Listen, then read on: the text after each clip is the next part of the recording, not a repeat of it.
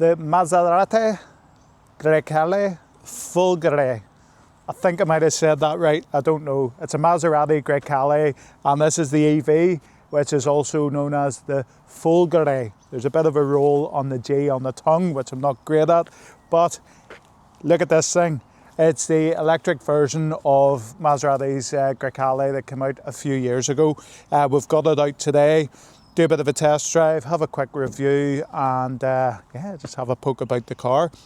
But first off, look at this thing, lovely looking car. Just looking around the styling touches, the big trident here in the front looks great. I love the grille, quite an aggressive styling front end on the car. It also looks very like the petrol variant. There's really very little difference. You wouldn't really know whether it's electric or petrol. To anyone driving down the road, it'll probably look the same. Let's check out some of the styling touches. We have some lights built into the side of the lights, which look good, with another trident in there as well. The wheels, actually, the design here is sort of like a trident. It's been designed that way to look like that.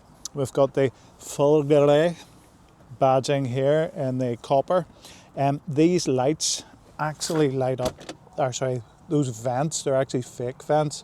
But what they've done is put some lights into that, which looks really good. Whole side profile of the car, I think this is a good looking car. I've always liked these when they come out. Thought they look well. The wheels probably do have a bit more of an EV effect, but saying that, the car doesn't look, it isn't made to look like an EV, which a lot of them are. If we come on round, we have another trident up here in the copper sort of styling, and that continues round the back with copper badging, Maserati Grecale. And in the back, in the boot, we have a good sized boot there. This car is actually, well, it's obviously, it competes with the Porsche Macan. However, this would be a bit bigger than the Macan. And also, one nice feature here, we have this sort of carry case, which has magnetic fixings, so it just pops in there. What you would use it for, I do not know. But stick your lunch in it, or whatever. But something different, I haven't seen that in the car, and it just fits nicely back in there. So there's your electronic boot lid, as you would expect from a car that starts at 110 grand. It isn't cheap, it definitely isn't, but it's something a bit more exclusive. The Porsche will start off cheaper, but the Maserati is going to be something a bit more unique on the road. So looking around the styling, I think I've probably touched on everything. Nice looking car. So let's have a quick look inside. Okay, so quick look inside the Maserati Grecale Fulgore interior. I nearly sound like I'm Italian. Quite like this. I think this is an optional extra on the door. It's a nice sort of feel to it there, whatever way they've done that. Speakers all look very sharp. The doors open on these push buttons, and you have a safety here in case the button fails. If we look inside the car, I must say this car is really, really nice inside. Really nice. And they've all this eco-friendly material they've used here, and this is all laser etched, so I'm told. Let's jump in. Something is beeping away here. I think because the car started and I got out. So let me see. The central screen here, I quite like this. It's all one sort of unit, but it has a sort of angle here. So the bottom screen is angled out, whereas this is straight up. All looks good. There is quite a lot on this, if I'm honest. It would take a bit of getting used to know exactly where the buttons are. Well, lack of buttons, but where you control everything. One thing I love here, this clock. Look at that.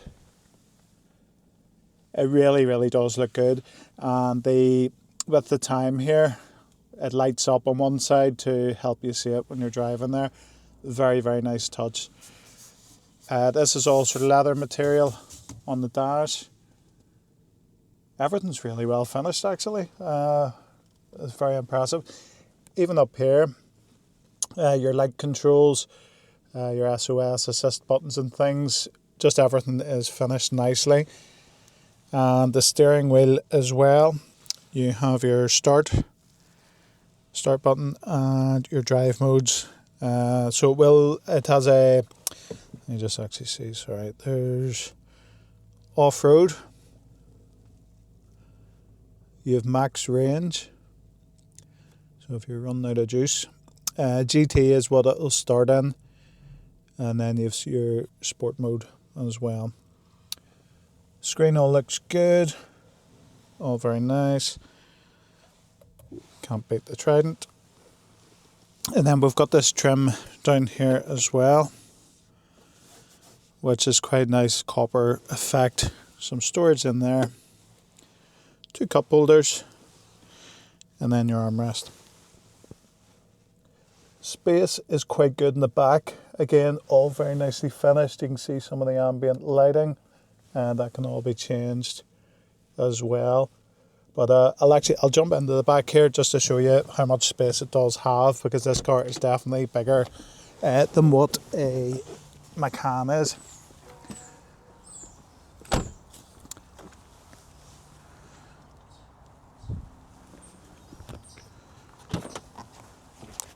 So, as we can see here, space-wise is pretty good. And the seat actually has possibly gone back there since I've got out. But I'm okay there. Plenty of space. The back seats are actually really comfortable. They're quite sort of buckety. They go around you a bit.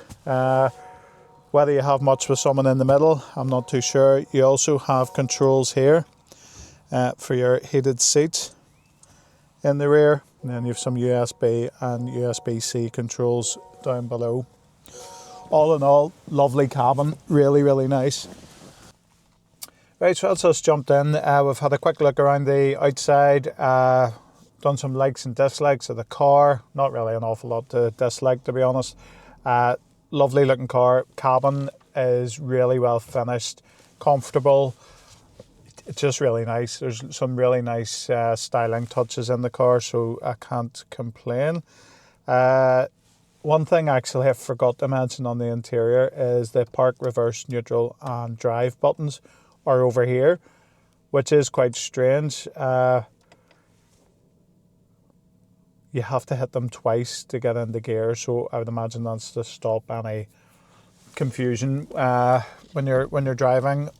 Not that they probably do anything when you're driving anyway, but so look, let's go for a spin. So this car has 510 horsepower, so it's no slouch. Not the 60, 4.1 seconds, so it does definitely move on okay.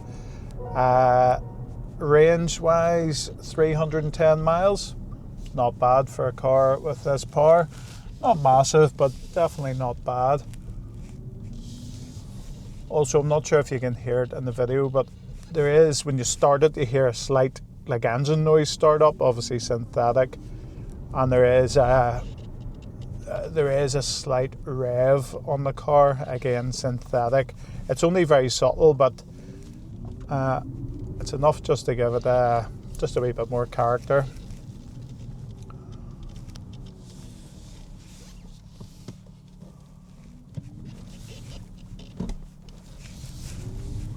That's just pulling out now. So that's us in sport mode there. Yeah, I could hear the synthetic rev a bit more there as I put my foot down. But for a car that's sort of 2.5 tons, it actually doesn't feel, I don't think it feels as heavy as what it is. Say the main competitor for this car is the Porsche Macan, which obviously is a great car. The Porsche will sell more, Obviously, Maserati will be a bit more exclusive. It's a more expensive car. So I suppose it just depends what you're after. These, obviously being electric, will work very well through a business on a business contract hire, but if you want it personally, we can do that as well. We can also put it through our salary sacrifice scheme, and it will work. So if you have a budget for something like this, it is certainly worth a look. One thing I like about this as well, now I would say the Macan is more of a feminine car, whereas this maybe doesn't have. It's maybe more aimed at male or female. Maybe I'm being a bit sexist there, but personally, yes. As much as I like a Porsche, for me a Macan, the new Macan actually, the electric version, I think is more of a womanly car maybe. I don't know. But I think this is actually a car I would happily drive myself. Not that I would say no to a Macan, but the driving position is nice. The steering wheel feels quite thin and sporty. I do love the design on it, with the drive modes and start button there. All look very good. The screens are good. And there is a slight engine noise there. Synthetic. Okay, so let's test out here what 550 horsepower is like.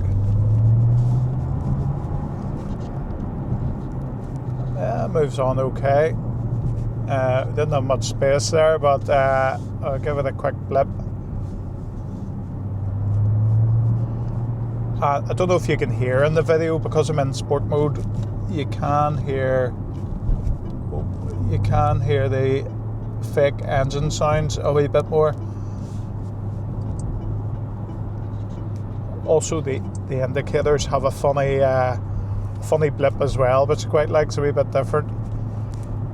But as I am in sport mode, it sounds like it's hanging on to a gear, like you would in a petrol car. If you put it into sport, an automatic gearbox, it will hold on to a gear for too long for normal driving. This feels like it's actually doing that, which is strange, but it actually makes it feel more, I suppose, more car-like rather than EV car-like. It's a nice driving car, comfortable, nice. So we'll head back to the dealership and do a quick recap. So as I was back at the dealership, quick recap on the Maserati. Must say, really like the car. Looks great. It's something different. Really nice looking car from pretty much every angle on the outside. Doesn't look like a EV spaceship as some of them do. Just looks like a normal car, which happens to look very, very good. Premium car. The inside is very premium. I do really like the interior. It's comfortable. Feels sporty sort of feel to it. Plenty of power. The range isn't bad. It is expensive. Now, there's no getting away from that. 110 grand is more than its competitors. I would say it's definitely bigger than the Macan, which is good. Everything else is nice. It's a nice car. There's not an awful lot I would say I don't like about it. So look, it's definitely worth a look. If you want some prices on it, feel free to get in touch. We can run some finance figures, lease, purchase, whatever you like. But definitely look, something a bit different, and I like it.